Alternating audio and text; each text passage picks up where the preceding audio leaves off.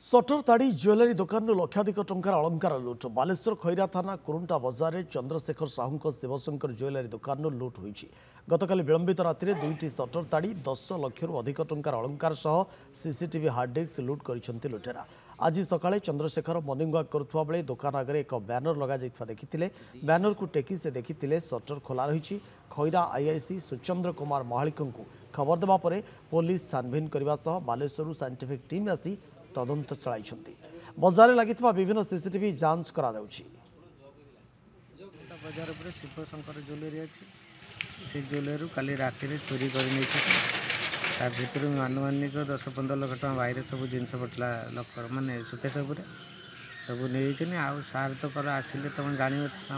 से hard disk फार्डिस्क सब नहीं कैमेरा तार काटी काटी दुकान सटर आगे गोटे बैनर टांगी देते तो साबुल दाग जना पड़ी दुईटा मुझे सटर ताड़ी जाने मुझे 5टा बेले मुझे मॉर्निंग करते आसनी मुझे देखनी देखला कहीं मो बैनर टंगाई भितर या